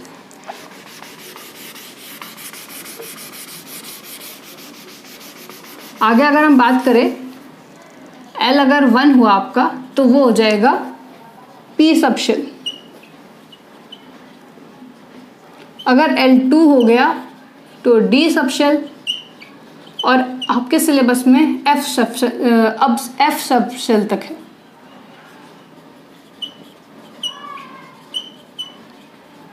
ठीक है ना। तो F सब शेल तक आपका जो है उसमें अब आपको क्या निकालना है, शेप निकालना है। आपको ये भी बताया गया है। देखो, आपको अभी तक मैंने 3 चीज बताई, इसकी रेंज बताई जो कि यहाँ पे आती है, और क्या बताई, ये सब शेल्स में आते हैं एजिमुथल क्वांटम नंबर, और तीसरी चीज क्या है, इसके शेप्स, जो कि मैं यहाँ पे बताने जा रही हूँ। अब देखो, ये F सब शेल में आता है,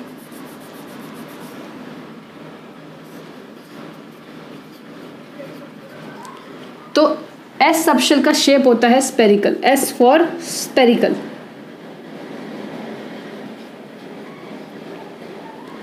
P सब शेल का होता है डम्बल,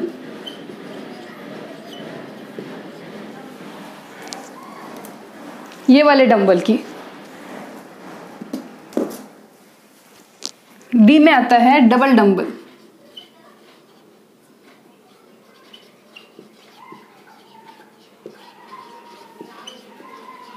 और D में आता है, और F में आता है कॉम्प्लेक्स। इतना कॉम्प्लेक्स होता है कि आपको समझना बहुत ही ज़्यादा मुश्किल होता है। तो इसका शेप क्या होता है, कॉम्प्लेक्स। तो समझ गए होंगे आप मेरी बात एजिमुथल क्वांटम नंबर का। तो चलो इसको लिख ले, मैं रब कर दूंगी। पूरा इन्फॉर्मेशन यहाँ पे आपको दिया हुआ है। सब शेल फाइंड करने के लिए इस्तेमाल किया जाता है, रेंज इस्तेमाल करना किया जाता है, और शेप से आप उसका डिटरमाइन कर सकते हो।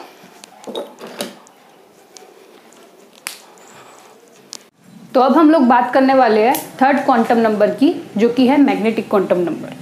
तो यहाँ पे हेडिंग लगाइए मैग्नेटिक क्वांटम नंबर।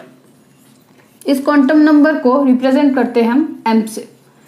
अच्छा, अब क्या चीज आपको जाननी है, पहले तो आपने ये लिख दिया रिप्रेजेंटेशन के बारे में, रिप्रेजेंटेड बाय m, ठीक है। नेक्स्ट थिंग क्या है, नेक्स्ट चीज ये है कि ये किस चीज के लिए यूज किया जाता है, यूज टू फाइंड ऑर्बिटल्स। चलो ये भी आपको पता चल गया, ऑर्बिटल्स निकालने के लिए इस्तेमाल किया जाता है। अच्छा, अब ये m और जो l है, इससे पहले हमने क्या पढ़ा, n पढ़ा, l पढ़ा और m पढ़ा। हमने n तो थोड़ा बहुत पढ़ लिया था, चलो ठीक है, इसके बहुत सारे पॉइंट्स थे, बट जब हम l में पहुंचे थे तो हमको पता चला कि ये l जो है उसकी एक पर्टिकुलर रेंज होती है और वो रेंज n पे डिपेंड करती है, ये हमने पढ़ा था। ठीक उसी तरह m जो है इसकी भी एक पर्टिकुलर रेंज होती है और ये इसकी रेंज l पे डिपेंड करती है। तो वही चीज हम यहाँ पे पढ़ेंगे कि it's range depends upon l। अब देखो कैसे होती है, एग्जाम्पल के थ्रू समझो। अगर l की वैल्यू 0 है तो m की वैल्यू भी 0 होगी, और ये 0 किस पे है, s शेल का है, क्योंकि l किसको रिप्रेजेंट करता है, सब शेल को, और सब शेल में ये एक s शेल है। अच्छा, जब l की वैल्यू 1 हो जाती है तब p शेल की बात करते हैं हम, और अगर l की वैल्यू 2 हो जाती है तो d शेल की बात करते हैं। और आगे f भी अगर आप लिखना चाहो तो लिख लो, इतने में आपको समझ में आ जाएगा।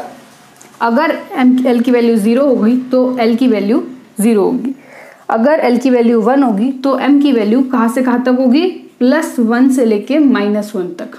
अगर +1 और -1 के बीच में होगी तो उसके पीछे एक ही नंबर आता है, वो आता है 0, तो इसकी वैल्यूज इतनी होंगी, -1 +1, मतलब जो भी आपका पास नंबर होगा उसके आगे +-1 लगा दो, तो आपका n की वैल्यू आपको मिल जाएगी। ठीक है, इसके अगर हम देखें यहाँ पे +2 और -2, अब इसके बीच में जो भी नंबर्स आते हैं क्या आता है, +1 0 -1 ऐसे। वैसे तो मेरे को माइनस यहाँ पे लिखना चाहिए और प्लस उस तरफ लिखना चाहिए, जो कि रूल है ना, अकॉर्डिंग टू द रूल ऐसे होना चाहिए। चलो, ये है तरीका मैग्नेटिक क्वांटम नंबर निकालेगा। चलो इसको रब आउट, इसको कर लो, मैं रब आउट कर लेती हूँ। अच्छा, रब आउट करने से पहले एक और बात आपको बता दूं, ऑर्बिटल्स मैंने इससे पहले भी पढ़ाया था आपको, यहाँ पे भी बता दूं ऑर्बिटल्स क्या होते हैं। ऑर्बिटल्स होते हैं ये डब्बा जिसके अंदर होते हैं इलेक्ट्रॉन्स। यहाँ पे L 0 है और M भी 0 है, तो मतलब यहाँ पे कोई भी डब्बा नहीं बनेगा। ऐसा है? ऐसा नहीं है, क्योंकि यहाँ पे भी जीरोज है और यहाँ पे भी डब्बे बनेंगे, यहाँ पे भी बनेंगे। तो यहाँ पे कितने डब्बे होंगे, एक डब्बा होगा, क्योंकि एटलीस्ट एक वैल्यू तो है M में, भले ही वो 0 हो। अब यहाँ पे कितने वैल्यूज है M के, 3 वैल्यूज है, तो यहाँ पे कितने डब्बे बनेंगे, 3 डब्बे। इसमें 5 डब्बे, 1 2 3 4 5, 1 2 3 4 5, ठीक है। अच्छा, डी शेल में हमेशा याद रखना 5 डब्बे बनते हैं, 5 ऑर्बिटल्स, ठीक है ना। पी शेल में 3 डब्बे बनते हैं, 3, और एस शेल में 1, ये भी याद रखना, और एफ में 7, ठीक है ना। अच्छा, अब हम आगे चल के बात करेंगे ऐसे ऑर्बिटल की। तो अब हम लोग पढ़ने जा रहे हैं लास्ट क्वांटम नंबर के बारे में, स्पिन क्वांटम नंबर। तो पहले तो हम पढ़ेंगे इसका representation, as usual represented by S for spin, S for representation. Magnetic में एम था स्टार्टिंग में, उसको एम से रिप्रेजेंट कर दिया, ठीक है ना। तो ऐसा नहीं है कि प्रिंसिपल क्वांटम नंबर को पी से रिप्रेजेंट करते हैं, ऐसा मत कर देना तुम मेरी बात सुन के, ठीक है ना। अच्छा, अब बातें सुनो आगे की। तो स्पिन क्वांटम नंबर में इसको ऐसे रिप्रेजेंट करते हैं। Second point, it tells about spin off electrons. अब इलेक्ट्रॉन्स की स्पिनिंग कैसे होती है, पहले तो आपको ये पता है कि इलेक्ट्रॉन्स कहाँ पे प्रेजेंट होते हैं, डब्बे में। इस डब्बे को क्या बोलते हैं, ऑर्बिटल्स। इस ऑर्बिटल के अंदर एक ऑर्बिटल में, वो मैं आगे बताऊंगी फिर। तो एक ऑर्बिटल में कितने इलेक्ट्रॉन्स होते हैं? 2 इलेक्ट्रॉन्स होते हैं, ठीक है ना। अब ये जो मैंने बनाया ये क्या है? ये एरोज है, और ये एरोज किस तरह से अलाइंड है? ऑपोजिटली अलाइंड है। तो इस ऑपोजिट अलाइनमेंट इलेक्ट्रॉन की, है ना, इस चीज को क्या बोलते हैं? स्पिन, मतलब स्पिनिंग हो रही है। अब ये स्पिनिंग जो है ना वो 2 प्रकार की होती है, एक होती है क्लॉकवाइज, एक होती है एंटी क्लॉकवाइज। अच्छा, जानिए क्लॉकवाइज में क्या होता है। अगर क्लॉकवाइज, अब देखो इसमें ये नहीं कि ये वाला क्लॉकवाइज है, ये एंटी क्लॉकवाइज है, और ये क्लॉकवाइज है, ये एंटी क्लॉकवाइज है, इसका मतलब ये नहीं होता। यहाँ पे क्लॉकवाइज का मतलब और एंटी क्लॉकवाइज का मतलब ये है कि अगर कोई ऊपर की तरफ पॉइंट आउट कर रहा है तो दूसरा वाला नीचे की तरफ पॉइंट आउट करना चाहिए। कभी भी ऐसा अगर आपको दिखे इलेक्ट्रॉन्स अलाइंड है तो ये सबसे रॉन्ग स्ट्रक्चर है, ये स्टेबल स्ट्रक्चर नहीं है। Not stable, this is not a stable structure, ये हमेशा याद रखना, this is a stable structure, ठीक है ना। इसको आप नोट करो, फिर मैं बताती हूँ आपको।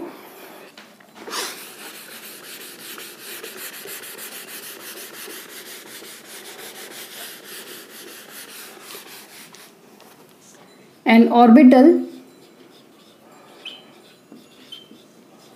can accommodate, मतलब एक ऑर्बिटल कितने क्या एकोमोडेट कर सकता है? 2 इलेक्ट्रॉन्स, मतलब 2 इलेक्ट्रॉन को एक ऑर्बिटल क्या कर सकता है? एकोमोडेट कर सकता है। इसको इस तरफ से भी रिप्रेजेंट कर सकते हो, इसको इस तरफ से भी रिप्रेजेंट कर सकते हो, ये ना, ये ऑर्बिटल है, इसके अंदर इलेक्ट्रॉन्स है।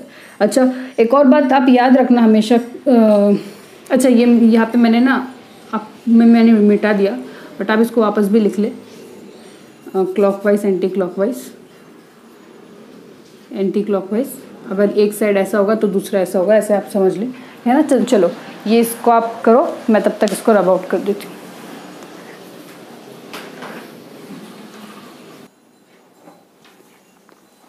तो अभी हेडिंग लगाए नोट्स एच।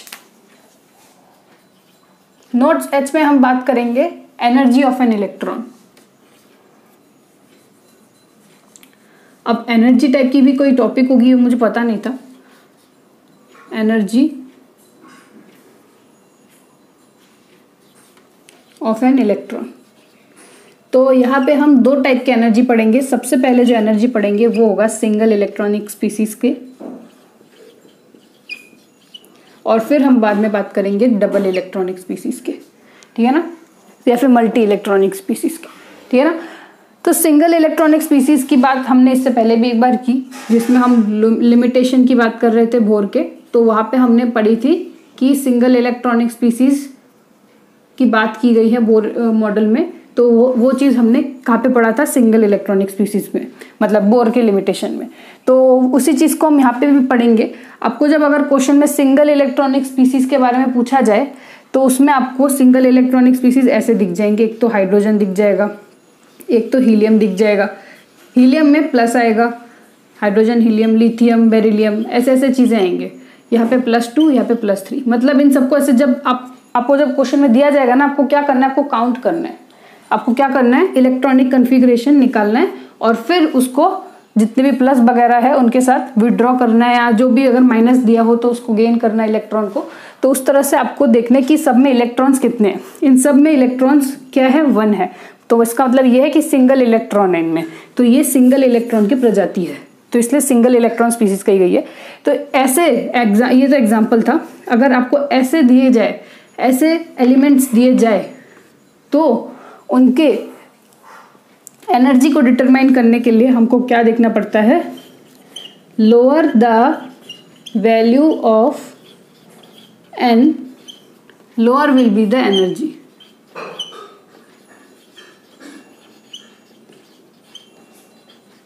आई थिंक आप मेरी बात समझ रहे होंगे। चलो अगर नहीं भी समझ रहे हो तो एक एग्जांपल के थ्रू समझाती हूँ। जैसे कि हम ले रहे हैं 1s, 2s, 2p, 3s, 3p, 4s, 4d, ठीक है ना। इतने सारे हमने एग्जांपल लिए।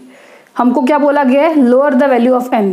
अब तक मैंने आपको, मतलब अब तक आपको पता चलना चाहिए, पता हो जाना चाहिए कि n क्या होता है, l क्या होता है, क्योंकि मैंने आपको क्वांटम नंबर में वही पढ़ाया था।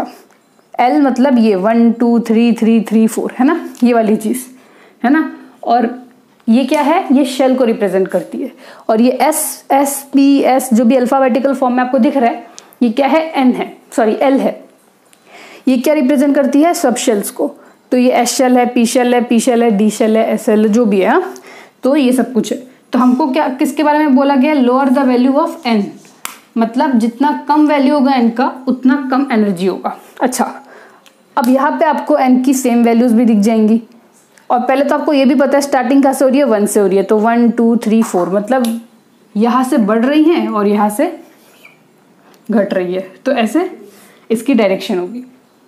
अब हम क्या करें, उन एनर्जीज की जिनमें क्या, उन ऑर्बिटल्स की जिनमें सेम N वैल्यू है।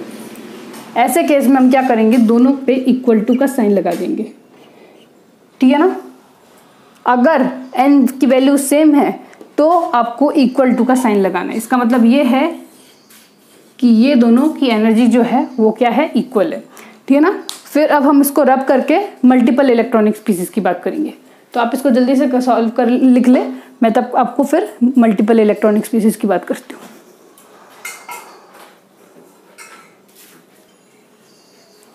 तो अब तक आपने सिंगल इलेक्ट्रॉनिक स्पीसीज पढ़ा, और मल्टीपल इलेक्ट्रॉनिक स्पीसीज जो थी ये एक ऐसा कॉन्सेप्ट है जो बोर एक्सप्लेन नहीं कर पाया और इसलिए उसमें लिमिटेशन और ड्रॉबैक आ गया।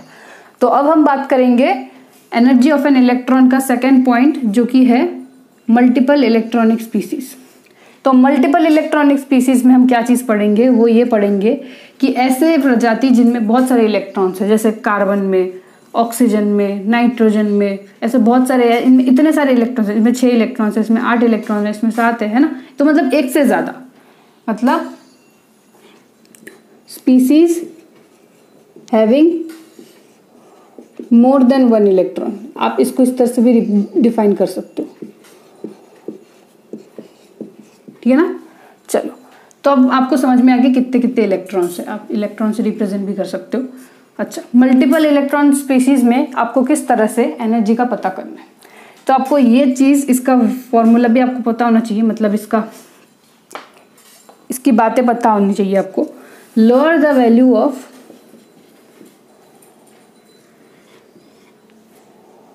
N+L, ध्यान से देखना, मैंने यहाँ पे N नहीं N+L बोला है, और L भी नहीं बोला मैंने, N+L मतलब दोनों को ऐड करना है आपको। Lower the value of N+L, lower will be the energy. अगर आप इसको उल्टे तौर पे भी लिखना चाहे, जैसे more the value of N+L, more will be the energy, आप वैसे भी लिख सकते हैं, ठीक है ना। अच्छा, अब मैं आपको एक एग्जाम्पल के थ्रू समझाऊंगी, और बिफोर गोइंग टू एग्जाम्पल एक और बात आपको लिखना पड़ेगा, वो मैं आपको यहाँ पे बाद में लिखवाऊंगी। पहले एग्जाम्पल की बात करते हैं। 1s 2s, वही वाला example, 2p 3s 3p 4s 4d 4p 3d, ठीक है ना। ये हो गया एग्जाम्पल। अब इस एग्जाम्पल में मैंने क्या बोला, lower the value of N+L। अच्छा, सब में N+L काउंट करते हैं। चलो, N क्या है, 1 है, L क्या है, S है। S का मैंने क्या बोला था, L की वैल्यू कितनी होती है, 0 होती है S के केस में। तो 1 + 0 1, 2 + 0 2। यहाँ पे अब देखो, मैं डायरेक्टली लिखना चाहती हूँ, ठीक है ना। 2 + 1 3, 3 + 0 3, 3 + 1 4, 4 + 0 4, 4 + 1 5, और SPD 3 + 2 5। तो ये हो जाएंगी इसकी N+L वैल्यूज। तो सबसे पहले आपको क्या करना है, इन सबके N+L वैल्यूज लिखनी है। हमेशा याद रखना है 2 पॉइंट। सबसे पहले मल्टीपल इलेक्ट्रॉनिक स्पीसीज में आपको क्या करना है, N+L वैल्यूज को लेनी है, सिंगल में डायरेक्ट N की वैल्यूज देख के पता चल जाएगा आपको। तो ये N+L वैल्यूज हो गई। अब आपको देखनी है सबसे कम इसमें से कौन है। तो आप देख रहे हो कि धीरे धीरे बढ़ रहा है, मतलब सबसे कम इस तरफ ही है। तो आप उसको वैल्यूज के फॉर्म में असेंडिंग ऑर्डर में पहले तो सिंबलाइज कर दीजिए। तो ये हो जाएगा इसका सिंबल। अब हम बात करेंगे इक्वल N+L वैल्यूज वालों की। क्या हम यहाँ पे भी पिछली बार की तरह इक्वल वैल्यू डालेंगे? तो इसका जवाब है नहीं। और उसका जवाब देने के लिए मैंने यहाँ पे स्पेस छोड़ा आपके लिए, क्योंकि यहाँ पे मैं आपको ये बताना चाहती हूँ कि for equal n plus L values what we need to do. तो यहाँ पे आप लिखे for equal n plus L values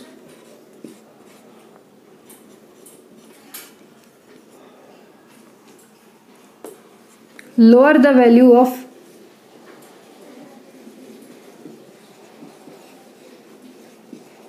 n, lower will be the energy। तो आपको क्या करना है, अगर आपको ऐसे इक्वल वाले जो नंबर्स दिख गए, ये वाले ये वाले ये वाले, इस केस में आपको क्या करना है, इसके क्या देखने हैं, n को देखनी है। तो इसका n क्या है, 2 है, और इसका n क्या है, 3 है। तो इन दोनों में से जो सबसे कम होगा उसकी एनर्जी कम होगी। तो 2 और 3 में से कौन बड़ा है, 3 ही बड़ा है। तो इसका आंसर ये हो जाएगा। ठीक, यहाँ पे भी आपको देख के पता चल रहा होगा। यहाँ पे देखो, ये वाली चीज़ थोड़ी सी अलग हो जाती है। यहाँ पे 5 है, 3D है, उसमें भी 5 है, और 4P है, इसमें भी 5 है, और यहाँ पे आपको दिखेगा ये हो जाएगा इसका आंसर। तो इस तरह से आप नोट डाउन कर दीजिए, मैं आपको फिर नेक्स्ट टॉपिक में लेके चलूंगी।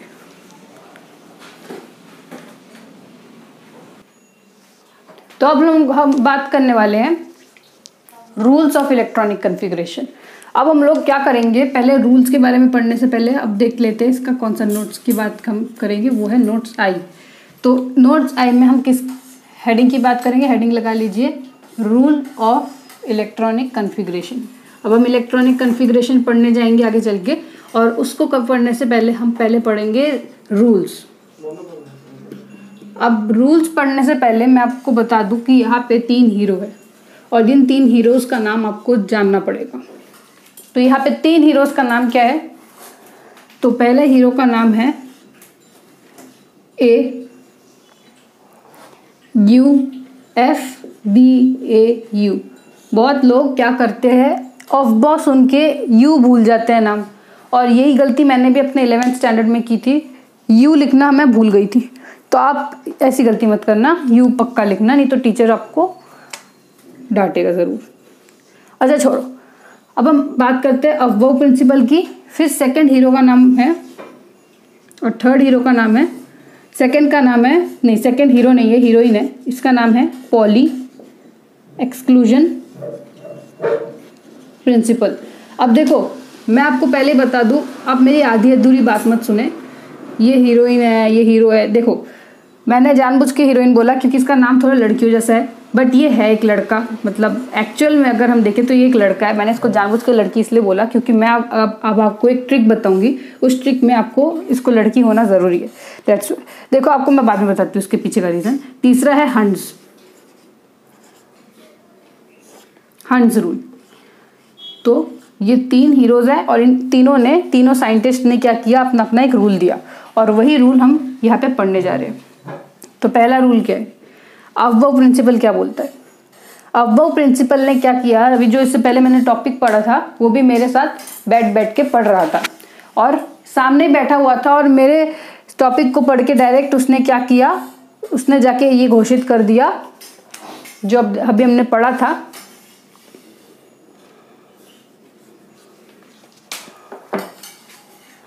electrons are filled in increasing order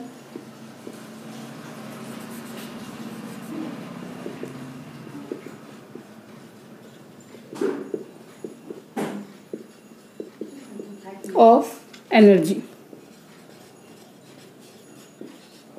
electrons जो है वो किस तरह से फिल होते हैं, increasing order of their energy. मतलब कि मान लो कि मैंने अभी आपको क्या पढ़ाया, चलो ऑर्बिटल का एग्जांपल ले लेंगे। अभी मैंने आपको पढ़ाया 1s 2s 2p है ना। तो इलेक्ट्रॉनिक कॉन्फ़िगरेशन के हिसाब से उसने ये बोला कि पहले जिसका एनर्जी सबसे कम होगा, अभी आपको मैंने बताया ये वाला एनर्जी, तो मैंने आपको एनर्जी का रूल बता दिया था पिछली वीडियो में, तो उसने भी उसको पढ़ा और उसने ये घोषित कर दिया कि अब जो इलेक्ट्रॉन्स हम लगाएंगे, चिपकाएंगे उसको, मतलब उसको इस तरह से कॉन्फ़िगरेट करेंगे, मतलब इस तरह से पोजीशन में डालेंगे इलेक्ट्रॉन को कि उसको सबसे पहले लोअर एनर्जी को देना है। अपना इलेक्ट्रॉन सबसे पहले उसको लोअर एनर्जी की तरफ शिफ्ट करेंगे और धीरे धीरे हम इलेक्ट्रॉन को हायर एनर्जी की तरफ लेके जाएंगे। तो हम इस तरह से इलेक्ट्रॉन को अलाइन करेंगे, जिसकी एनर्जी कम होगी वहाँ पे सबसे पहले इलेक्ट्रॉन जाएगा, फिर दूसरा इलेक्ट्रॉन जाएगा, फिर तीसरा इलेक्ट्रॉन जाएगा। तो उसकी अलाइनमेंट कुछ ऐसे होगी, फर्स्ट, सेकेंड एंड थर्ड, ठीक है ना।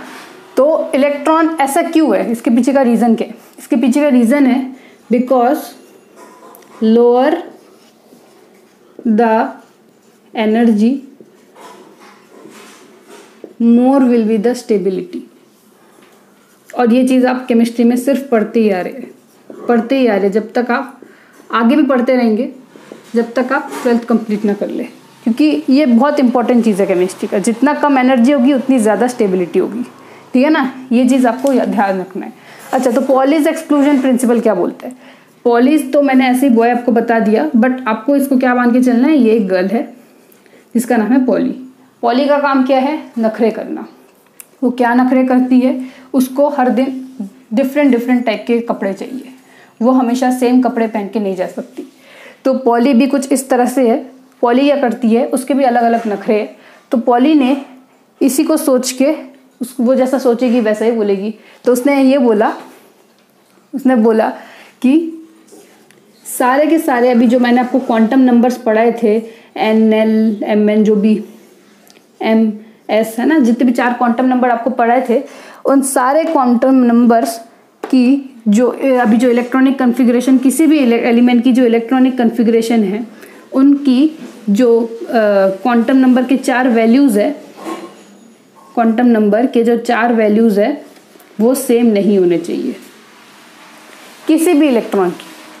मतलब किसी भी इलेक्ट्रॉन की इलेक्ट्रॉनिक कन्फिग्रेशन, किसी भी एलिमेंट की इलेक्ट्रॉनिक कन्फिग्रेशन की क्वांटम नंबर के चारों वैल्यूज़ में से कोई भी एक वैल्यू क्या होना चाहिए? डिफरेंट होनी चाहिए। मान लो कि आपके पास एक एलिमेंट दिया हुआ है हीलियम, और एक दिया हुआ है ऑक्सीजन, और ऐसे ही मान लो आप, ऐसा मत देखना कि इसके आगे क्या है इसका एटॉमिक नंबर। आपको ये बता दूं, मान लो कि हीलियम का N की वैल्यू है 1, ऑक्सीजन की N की वैल्यू है 1, इसकी L की वैल्यू है 0, इसकी L की वैल्यू है 0, इसकी M की वैल्यू है 0, इसकी भी M की वैल्यू है 0, और इसकी स्पिन है। तो अब देखो तीनों चीज़ें सेम है, तो इसको सेम नहीं होना, ये चीज़ पॉली एक्सक्लूजन बोलती है। तो पॉली की बात को ध्यान रखते हुए हमको क्या करना पड़ेगा, इसके स्पिन को क्या करना है? डिफरेंट करना है। अगर ये इस तरह स्पिन होता है तो इसकी स्पिन को हमको इस तरफ करना है। समझ रहे हो ना मेरी बात? तो यही बताया गया है कि कुछ ना कुछ क्वांटम नंबर्स में से कुछ ना कुछ डिफरेंट होना चाहिए, चारों चीज़ें सेम नहीं होनी चाहिए इलेक्ट्रॉनिक कन्फिग्रेशन की। तो चलो मैं इसको रब कर देती हूँ, फिर आपको बताती हूँ मैं।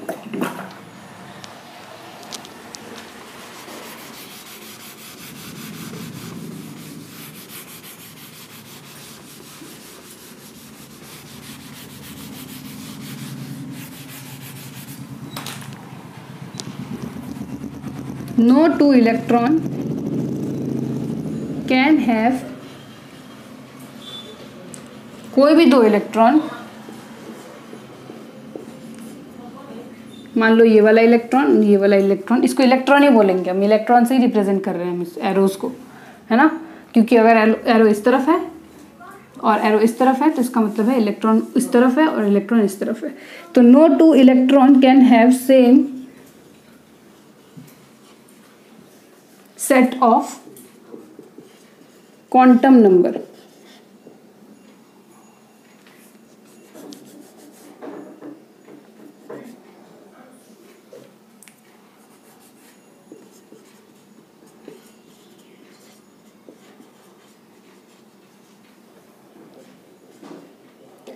अब देखो, जब मैं ये वाला डेफिनेशन लिखती हूँ, इसका मतलब ये है कि 2 इलेक्ट्रॉन में एक ही टाइप का क्वांटम नंबर नहीं होना चाहिए। बट मैंने आपको क्या बताया, n अगर सेम है तो भी चलेगा, m अगर सेम है तो भी चलेगा, l अगर सेम है तो भी चलेगा, और s जो है थोड़ा सा डिफरेंट होना चाहिए, अभी आपको मैंने बताया। तो इसका मतलब ये है कि इन चारों में से कुछ ना कुछ एक डिफरेंट होना चाहिए। तो set of all 4 quantum number आना चाहिए यहाँ पे।